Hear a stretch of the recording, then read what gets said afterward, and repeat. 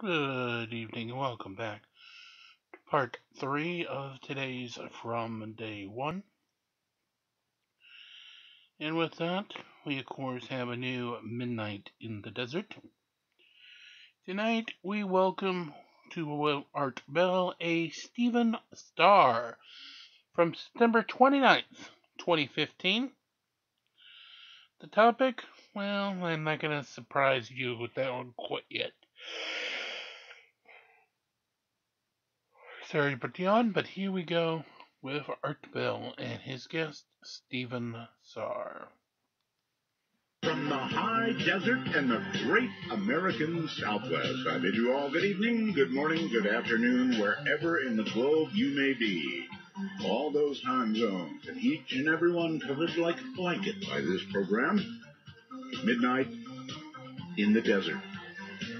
And it's going to be a very midnighty program tonight, to be sure. If you got any kids in the room, get them out of the room. They don't need to hear this. The rules of this program are simple. No bad language. And only one call per show. Unless you're annoying, and then you can't call at all.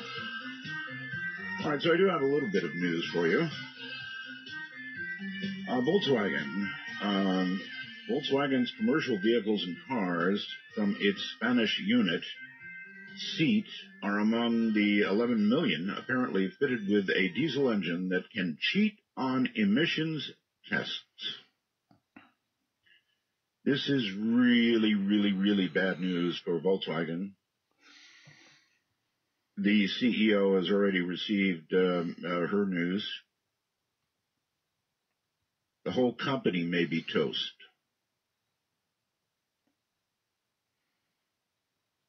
Kind of a shame, huh? Missed the little bug. And then there is this, Edward Snowden, who has confounded, that's an interesting word, confounded U.S. officials since his abrupt departure from the country 2 years ago with a whole bunch of classified stuff, has just found a new megaphone. He has found Twitter, and so he started following the NSA on Twitter. I'm sorry. And he sent out a tweet which just said, "Can you hear me now?" Well, let's see. In about an hour after he said, "Can you hear me now?" 185,000 followers jumped on board.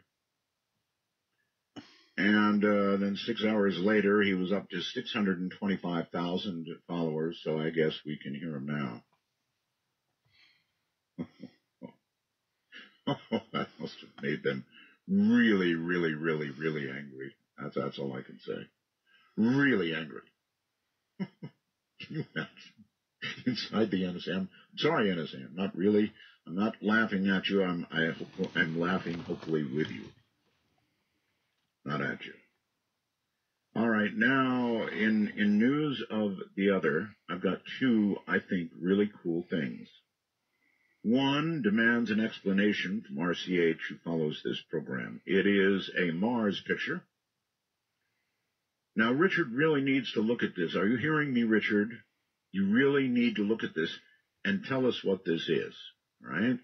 It is taken by the rover from Hillside on September 25th.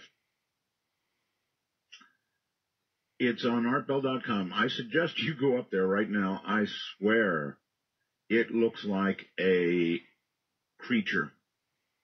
It looks a lot like a creature, actually. This is taken from Mars, and it looks like an alien. So, and it's a real picture. It's no BS here. A real picture. Take a look at it. You tell me, artbell.com. And then number two, also available at artbell.com. You know, I don't put stuff up there unless it's really good. Did the Pope have some kind of extra audience? Well, something was watching. Something was up there. Something that looks to me like a blob that somebody might have created with Photoshop, but it's not. It's a real picture. It's gigantic, it's mysterious, and it's drifting over the city at distinctly un-balloon-like speeds with unplane-like maneuvers. Maybe it was watching the Pope, and, it was when he was there, that's how somebody caught it with a camera, or a lot of people caught it, I guess.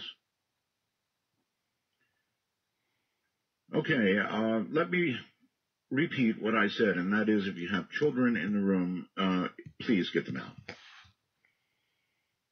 We're going to be discussing global thermonuclear war. I read this yesterday, I'm going to read it again and more of it, about 24 years after the end of the Cold War, Russia and the U.S. seem to be engaged in a nuclear arms race once again that could have disastrous consequences. The United States is announcing it's about to do $1 trillion upgrade of its nukes. Imagine what you can do with $1 trillion. Now, the Russians are going to modernize their weapons, of course, because it's a new race, right? So they will spend up to $700 billion. Actually, it said $1.3 trillion total earlier on Facebook. It's $1.7 trillion. My God. What's more, Russia deployed nuclear capacity has overtaken that of the U.S., so we are behind for the first time since 2000. Russia has 1,643 nuclear missiles ready to launch. The U.S. has 1,642. Not surprisingly, all of them aimed at Russia. I thought we re-aimed our missiles to the water. So I guess that one's off, huh? Both countries have been upgrading their active nuclear arsenals since the beginning of the Ukraine conflict. Oh, great. The Center for Arms Control and Non-Proliferation estimates the U.S. has over 7,000 nuclear warheads, compared to more than 8,000 warheads in Russia. The Bulletin of the Atomic Scientist says the two countries possess 93% of the totality of the global nuclear stockpile. $1.7 trillion. All right, coming up next, Stephen Starr, MT, ASCB, BB, MPH, graduated from the School of Health Professions at the University of Missouri, Columbia in 1985. He subsequently worked as a medical technologist over a period of 27 years at a number of hospitals. He is currently the director of the Clinical Laboratory Science Program at the University of Missouri. Stephen is an associate member of the Nuclear Age Peace Foundation and has been published by the Bulletin of the Atomic Scientists. Mr. Starr is also an expert on the environmental consequences of nuclear war, and in 2011 made an address to the UN General Assembly describing the dangers of nuclear weapons and nuclear war and what it poses to all nations and peoples. He has made presentations to ministry officials, parliamentarians, universities, citizens, and students from all around the world. He specializes in making technical scientific information understandable to all audiences, which will be a good thing for this night, because this is a tough subject. I told you, get the kids out of the room. That's the third and last warning. Coming up next, Stephen Starr. I'm Art Bell, and this is Midnight. You heard the man. If you got kids watch with you, maybe not the best in the world, but we will return to them once their musical bumper is concluded.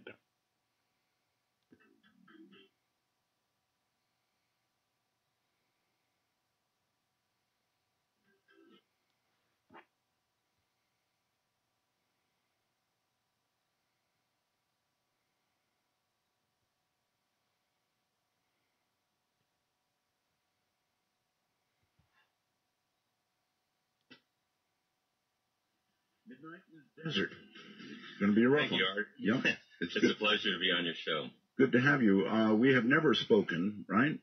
Right. Okay. Stephen, I have been reading, and I just sort of read a little bit of what's been going on. There's so much going on right now that is scary. I lived through the Cold War. I'm 70 years old. I was in the Air Force, Stephen, on the day that we decided if we were going to mix it up with Russia over Cuba, or the Soviet Union at that time over Cuba. And I was working in a hospital at Amarillo Air Force Base in Texas. And I'm the guy who got to go, we were a B-52 base. And I was a guy who got to go over and answer the line that raised the DEFCON level. Really? Into the world of scare. Really scary. Yes. Yeah, I was. Well, I was doing duck and cover drills at the elementary school in St. Louis County where I lived. Really? Yeah. Okay. And I think that actually left a big impression on me. It had an effect that kind of partially led me to where I am today. I remember seeing that phone ring, and of course I was aware of the ongoing crisis, with Cuba. It was, you couldn't avoid it. It was everywhere. But when that phone went, and boy, you really know it when it goes, my blood just ran cold. I thought, this is it. Well, it almost was, and frankly, it was a miracle that it wasn't. And again, it's a miracle that there hasn't been a nuclear detonation somewhere, or a nuclear war for that matter, since 1960s. We've had plenty of opportunities for that. We have, and I guess we've probably been closer than we know, or that the public knows. We remain closer than the public knows.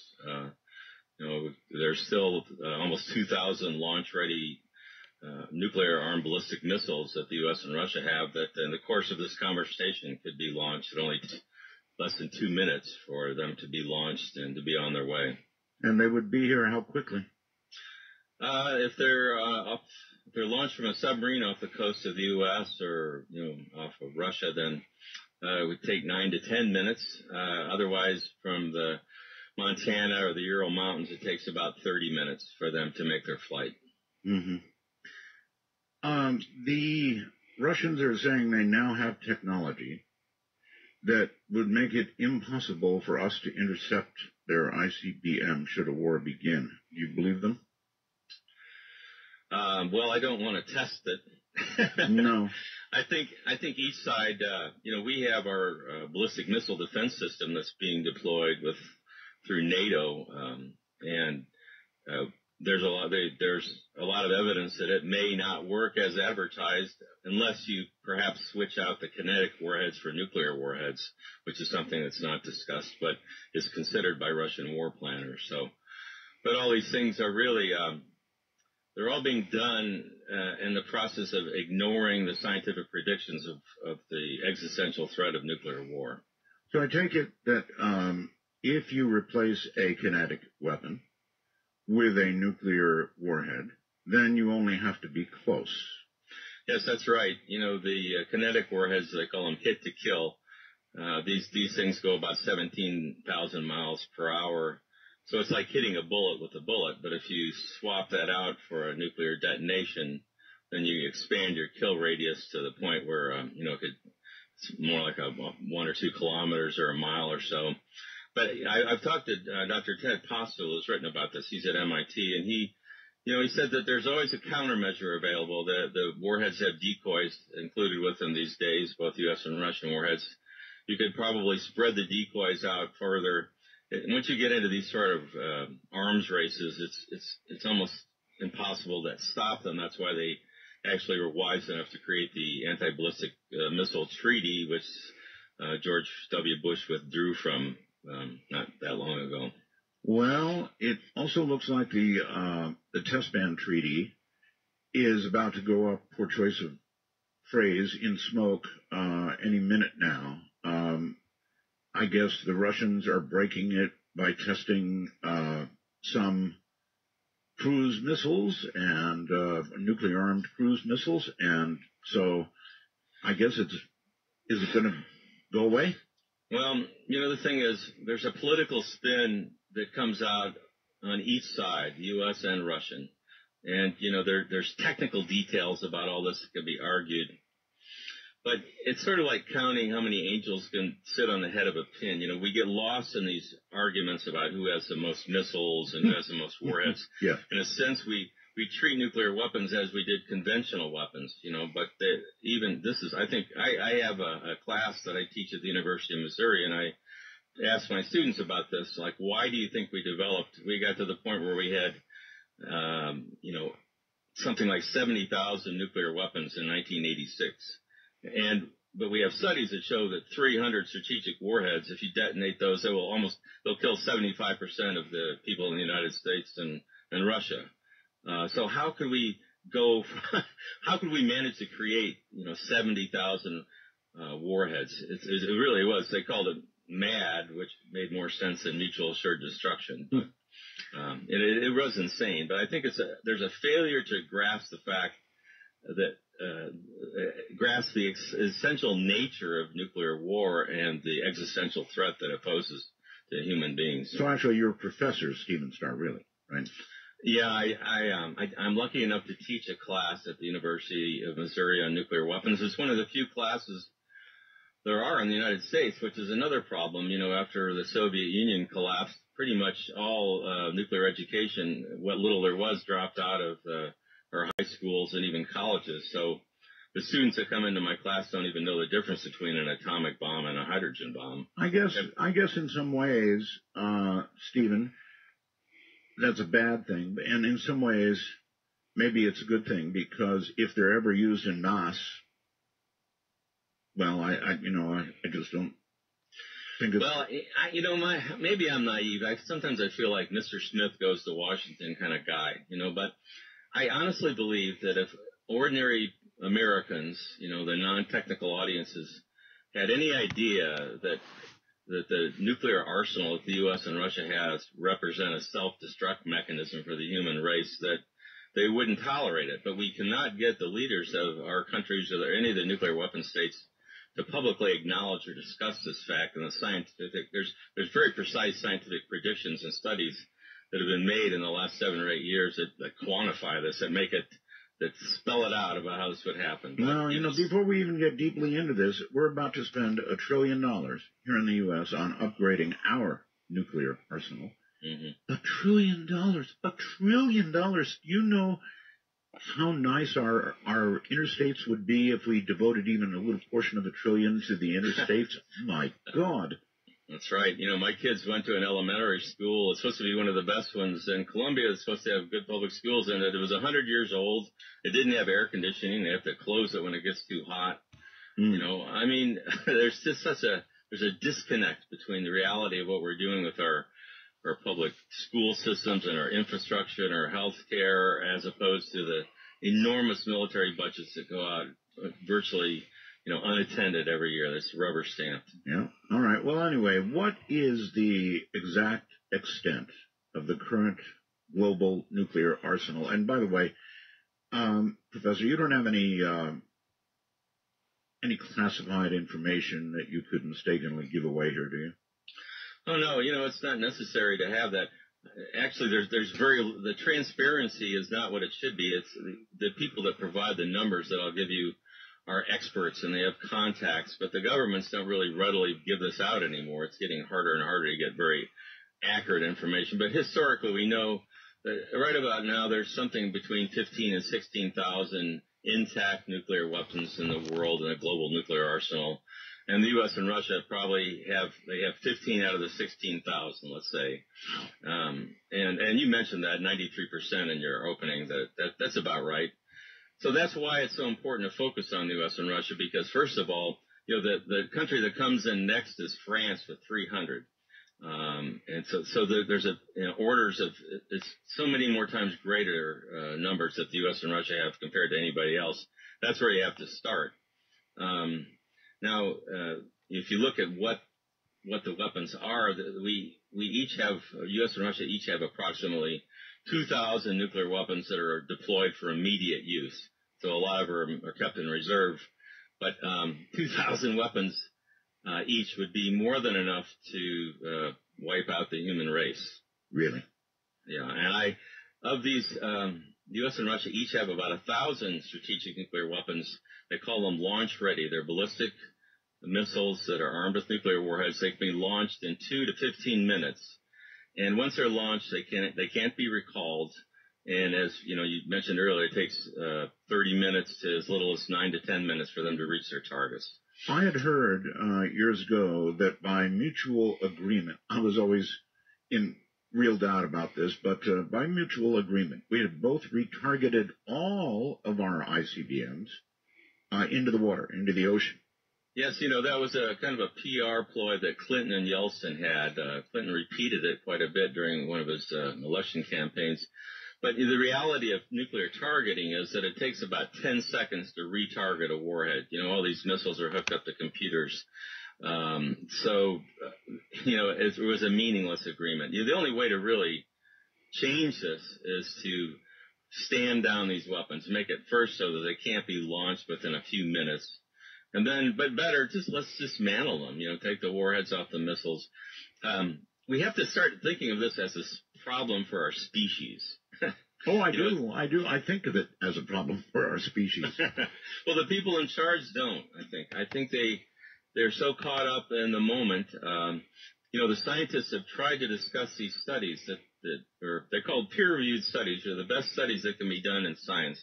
They publish them and they're criticized by all the best scientists in the world. And if they can't find anything wrong with it, then they go into a journal. And these have been out there for 7 or 8 years, and they predict that even what you would call a successful first strike. Let's say that the U.S. launched and destroyed every Russian strategic nuclear weapon, every nuclear weapon that could be launched against the United States. Right. Well, the environmental consequences of that successful first strike would cause everybody in the United States to starve to death, along with everybody else in the world.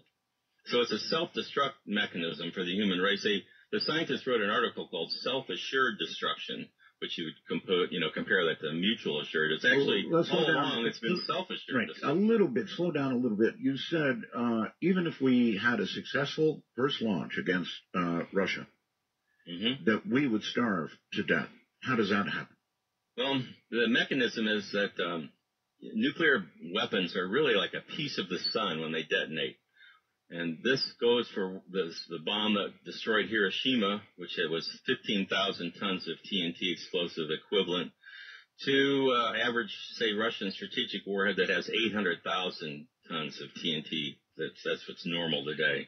But both of those when the fireball they create, the surface of that fireball is hotter than the surface of the sun. So what happens then, if that's detonated over or above a city, it will ignite everything within a radius. The 15 kiloton weapon sets 3 to 5 square miles on fire instantly. The 800 kiloton warhead will set 90 to 152 square miles on fire instantly. And all these, what happens is there's fire set over this whole area. It's a mass fire. And within 10 to 15 minutes, it coalesces. They all join together to form a single gigantic fire. In the center of the fire, there's like a chimney effect that rises up. And it creates hurricane-force winds that blow towards the center of the fire. So it'll actually be strong enough to uproot trees and pull into the fire. You can't. And anyone in the fire zone, in a matter of minutes, the air temperature is good above the boiling temperature of water. We first saw a mass fire like this in Dresden and Hamburg and Stuttgart during World War II when the British firebombed the German cities. Oh, yes. They weren't even able to go into those cities for quite a few days in tracked vehicles. It was too hot. And even anybody that was in a deep shelter suffocated or baked, basically. It's horrible, but it's true. And so we firebombed Tokyo, for example, with conventional, firebombs like napalm. 100,000 Japanese died in that raid. And then we went on to Hiroshima and Nagasaki. So we basically crossed the moral threshold for blowing up, burning cities up.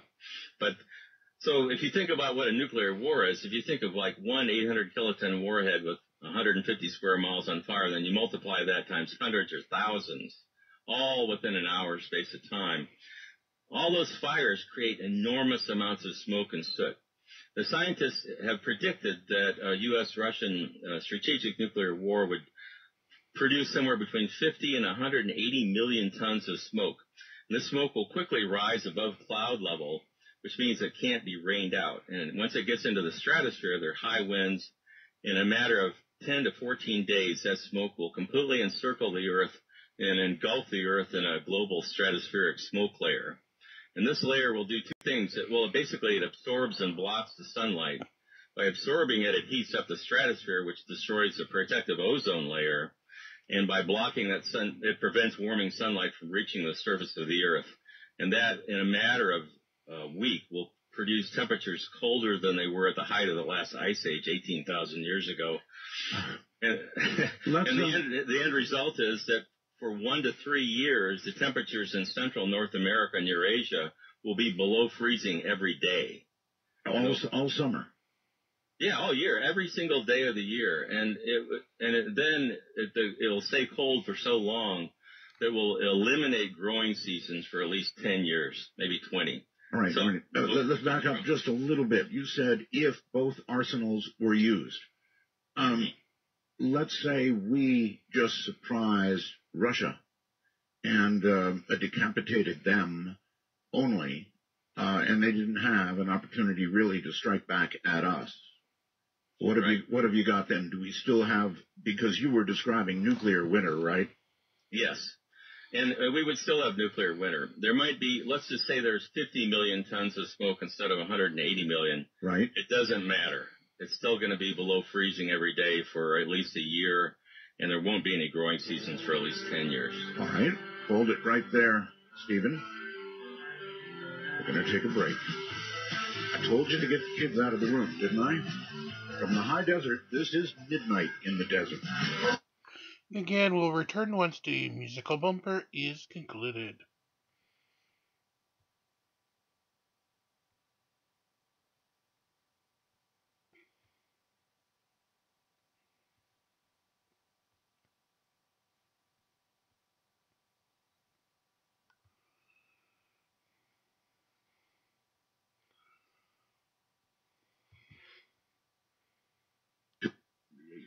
Don't call yet. Phones are not open yet. My guest is Professor Stephen Starr, and we are discussing nuclear war, global thermonuclear war. And so let's get back to it. Professor, let's go back for a second. I hate to do this, but a little more education on the size of these things. The one dropped on Hiroshima and Nagasaki. What was it, little man, big boy? Let's see. It was Fat Man was Nagasaki, and that's right. Little Boy was Hiroshima. There you go. And the Hiroshima bomb was estimated. There's different estimates, but let's just say 15,000 tons of TNT explosive equivalent. They have to compare it to something. So they compare it to TNT, but a nuclear detonation is really different, fundamentally different than a high explosive chemical detonation for a couple of reasons. The stellar temperatures it produces, literally a couple 100 million degrees centigrade at the instant of detonation at the center of the fireball. So in other words, that's actually not then a completely accurate description of the power of the weapon at all. Right.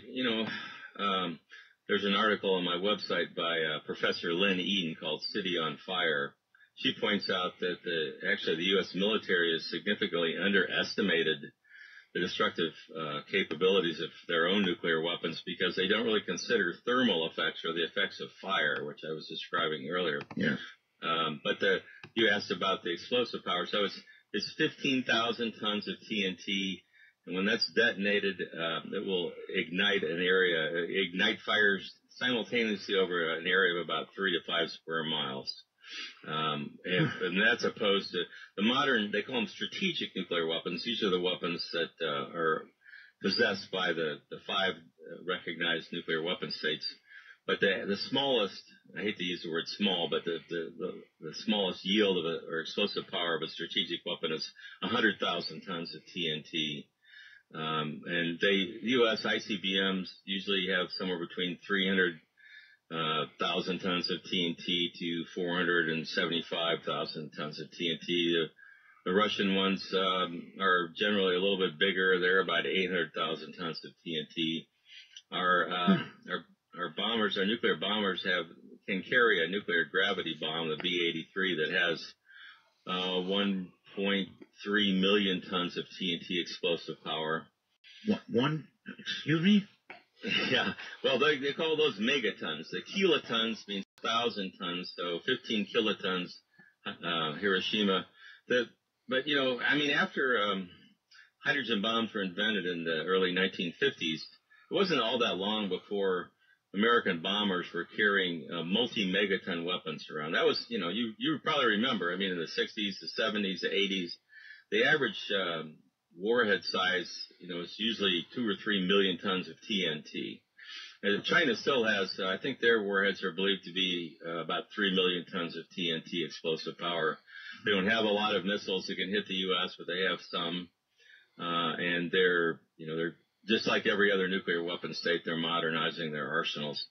So, just a little bit of trivia, if there is such thing in the subject. I believe that we accidentally dropped 2 nuclear weapons on North Carolina. mm-hmm. And there was an accident, a B-52. Yes. What the end result was, they back then they carried these multi-megaton gravity bombs, right. And a couple of them got loose and went down. They have what they call permissive action links. They're basically a safety device that are built into each weapon, at least the United States has, right. And they have to be triggered sequentially in order for the bomb to go off. There's usually like a series of, say, 6 or 7.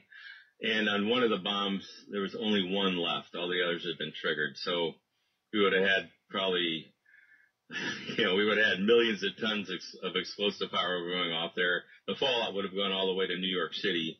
It probably would have killed most of the people in North Carolina. So one more 5-volt little signal, and it would have been as you described.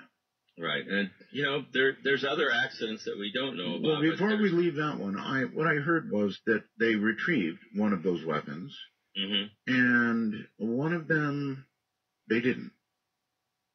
There actually is one that is in the ocean off the coast, and I don't really find that very reassuring. No. If you know about World War I, they're still digging up artillery shells that they're corroded on the outside, but they're fine on the inside. Right. So I don't know, but I mean, there are nuclear bombs scattered around the bottom of the ocean. There have been some that have fallen off aircraft carriers off the coast of Japan that rolled off the deck. It's a hell of a mess, really. Yes. All right. So we have hydrogen bombs now, and these are the ones. Well, for example, like the B-83, right? That would be a hydrogen bomb with yields up to, 1.3 million tons? Yes.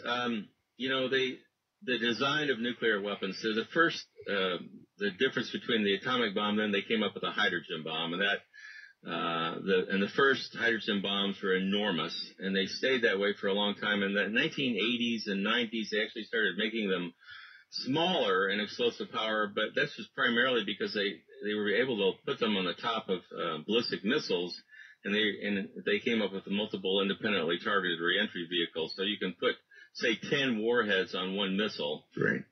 And they're generally, the strategic weapons now range in the hundreds of thousands of tons of TNT explosive power, but some are over 1 million, and I have no doubt that both the United States and Russia still have some multi-megaton weapons that they keep somewhere in case they need them. We still have 4,000 or 5,000 weapons that they call them scheduled for dismantlement. So they actually don't go into the totals that the United States puts out as far as how many weapons we have. They'll announce that we have 4,000 weapons, but then they don't mention that there's 4,000 that are still basically in the same condition they were a few years ago, maybe in the same place. So they schedule them for dismantlement. So I call it disarmament by semantics. Mm-hmm. So in a way, multiple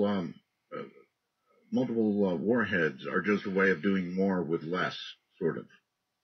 If you want to get into the calculations, if you set off a number of smaller warheads over an area, you actually create more blast damage and just as big a thermal effects as one big warhead. Military planners tend to focus on blast. which is because they wanted, and so that's why a city like New York or, Washington, D.C. would be a good example. They might target it with, say, 40 warheads, where actually one of these 800 kiloton warheads would be more than enough to set the whole city and way beyond into the suburbs on fire. 100 and some odd miles, right? Yeah, it's they calculate these firestorms based on average weather conditions, but even under the very worst weather conditions, 800 kiloton warhead, you're going to have about 90 square miles where you're going to have a certain fire zone. Mm-hmm. But on average weather conditions, it's more like about 150 square miles, and it can be more than that on an exceptionally clear day. So on my website, I focus on fire because, as we mentioned earlier, it's the fire is what creates the smoke, and the smoke gets up into the stratosphere and can block the sunlight and create these ice age weather conditions on Earth that eliminate the ability to grow food crops for years. Assuming a full exchange, how long would a nuclear winter? Well, there's actually new studies that are being done. I keep in touch with my friends, the scientists, and it looks like it could be 20 years even, but I mean, the global grain reserves right now are maybe enough for a couple of months. But you mentioned, I think at some point, India and Pakistan. Well, they have a big nuclear arms race going on there now. But what they produce initially, at least, are atomic bomb-sized weapons. They have about 200 operational atomic bombs, the 15 kiloton or 15,000 ton size.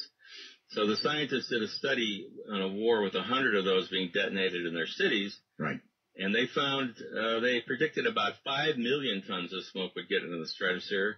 That would be enough to block about 10% of the sunlight from reaching the surface of the Earth for at least 3 or 4 years, maybe 7, and the smoke would stay up there for longer than 10.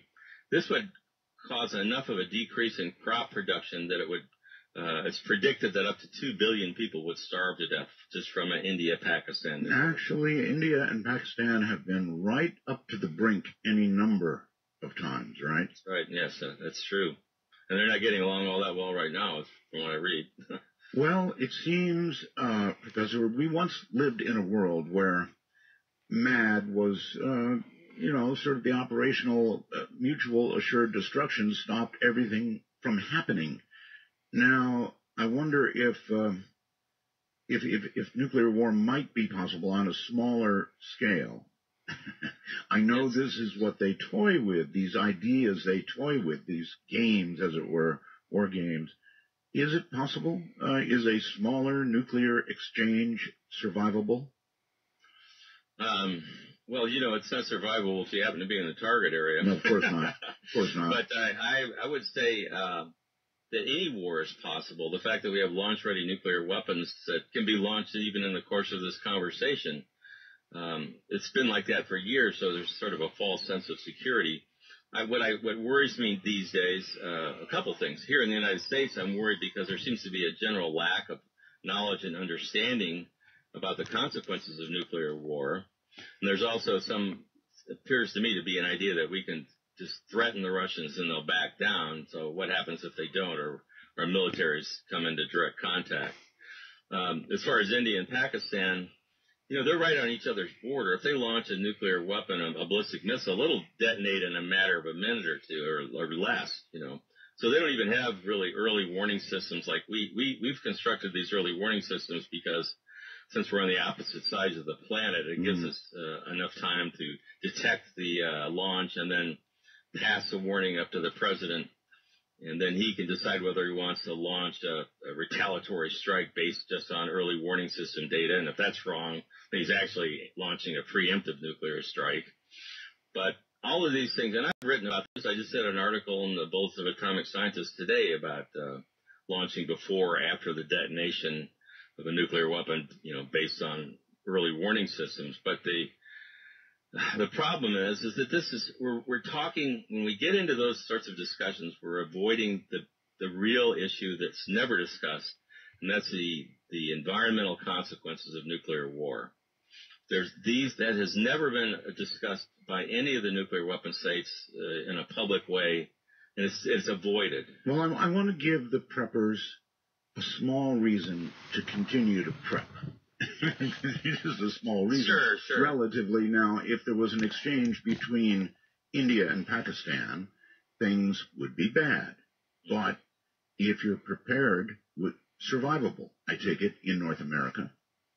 Well, if you want to look at a scenario like that, and historically famine has been caused not just by lack of food, but also by scarcity, rising prices and the inability to purchase, and then the restriction of exports. Mm-hmm. I think that if there was a war in India and Pakistan where nuclear weapons were detonated and this global stratospheric smoke layer was produced, and it was quite clear that like, for example, you wouldn't be able to grow wheat in Canada for a few years, then the exporting countries that grow grain would probably say, okay, that's it. We're not sending anything overseas. We got to keep this for ourselves.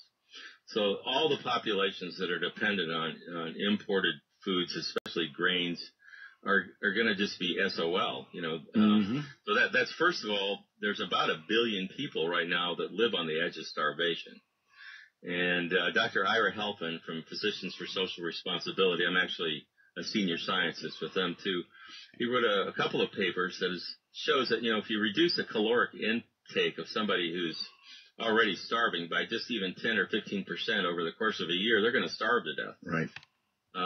And we're looking at 10 to 20% reductions for sure in the rice and the corn crops in China and the United States, and even worse further north. So, I think, if you're a prepper, it kind of depends what you're preparing for. Well, I don't think there's anything wrong. I'm into self-sufficiency myself. I live out on a small farm. I have apple trees. I have a photovoltaic electric system. Right. But I like that, and I think it makes sense if people need to do that in general these days. I'm with you all the way. I've got solar panels. I've got generators, on and on and on. Anyway, again, I want to come back to this scenario, and I know you don't like any scenario that involves nuclear weapons. Nobody would, but sure. This particular one, India and Pakistan, let's say they really let it loose. Somebody in North America, let's say in Ohio, I don't know, what effects would that person in Ohio have to live with over any number of months or years? Well, I can give you some pretty good answers to that. The scientists that did these studies, they compared it to, there was a volcanic eruption, the largest one in the last 500 years, called Mount Tambora. Oh, Tambora. Yeah, and the summer that followed that eruption was called the Year Without Summer. Mm-hmm. That was actually when they wrote the novel Frankenstein. But they were killing in North America. They were killing frosts every month of the year in June, July, and August in New England, and there was famine in England, in Europe.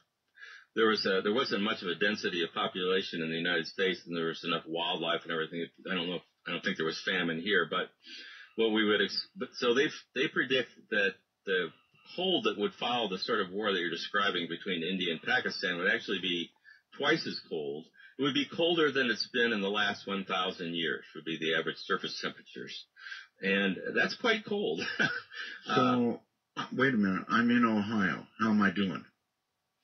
Well, you're gonna have a really severe winter. As far as food, well, who knows? In the United States, a lot of things have changed here in the last 10 or 20 or 30 years, and we're really dependent on so many different types of imports that would have been sort of a joke if we thought about it, in the 1970s and 60s. Right. I don't know.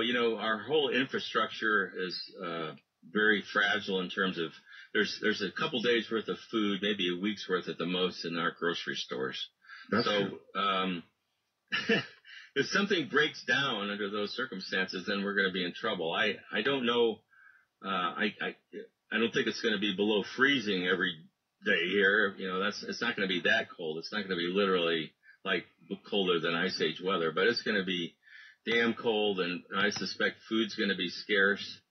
And, but when you get into a situation with nuclear war and global famine, I think that just totally destabilizes the international relations, and who knows what that would lead to. So when you try to make predictions on that, it's kind of that's another conversation. But I mean, if I'm in Ohio and I'm a prepper, I probably would survive the effects of that, or... Yeah, I would, as long as it doesn't lead to a larger nuclear war.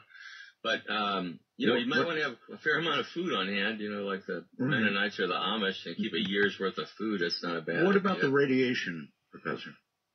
Well, radiation is something that, it's funny because I don't talk about it quite so much because once you can kill everybody with the climatic consequences with, cold where you can't grow food. But radiation is a big, that's sort of, it's almost, you could do a whole show on that. It depends on what gets targeted in a nuclear war. Our nuclear power plants now, we have over 100 in the United States, and on site they store about, 5 to 10 sets of used fuel rods that they've been removed over the cores. Yes. And these, they call them spent fuel pools. They're like swimming pools where they keep, they have to be kept underwater because of the intense radioactivity, which also produces a lot of heat that has to be removed. Not so friendly if they get out of the water, right? Right. All right, Professor, hold tight right there. We'll come back to my Ohio example, if we can, in a moment. I think scientists like this really actually don't like to discuss the possibility of something, what's the right word, that could be survived. I'm Marshall. And with that, we will leave Art Bell and the nuclear war talk of Stephen Starr for this evening. We will pick up part 2, of course, tomorrow night in the overnight. Let's see, 380 out of 560, so there is needed of 510.9 left. If I follow the path listed here, 8, 7, provided that Maxis actually does all 6 that he's supposed to, and we beat the boss, it is still doable.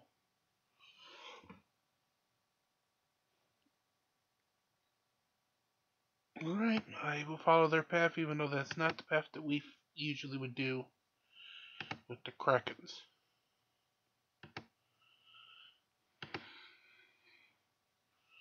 Normally we'd pick up that one, and then this guy would basically not be an attacker at all at the boss.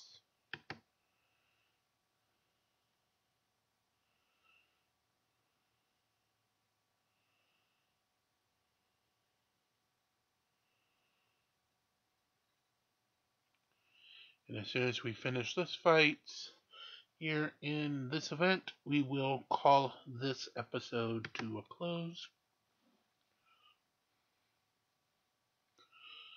Me, though, it's still many, many hours for me to go, so I'll be heading over to my other guild for a guild war.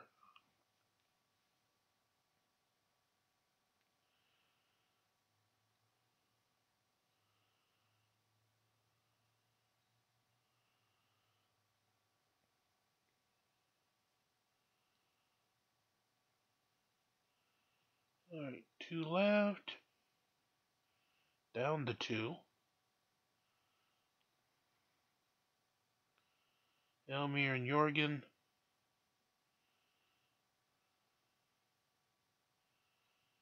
Here we go.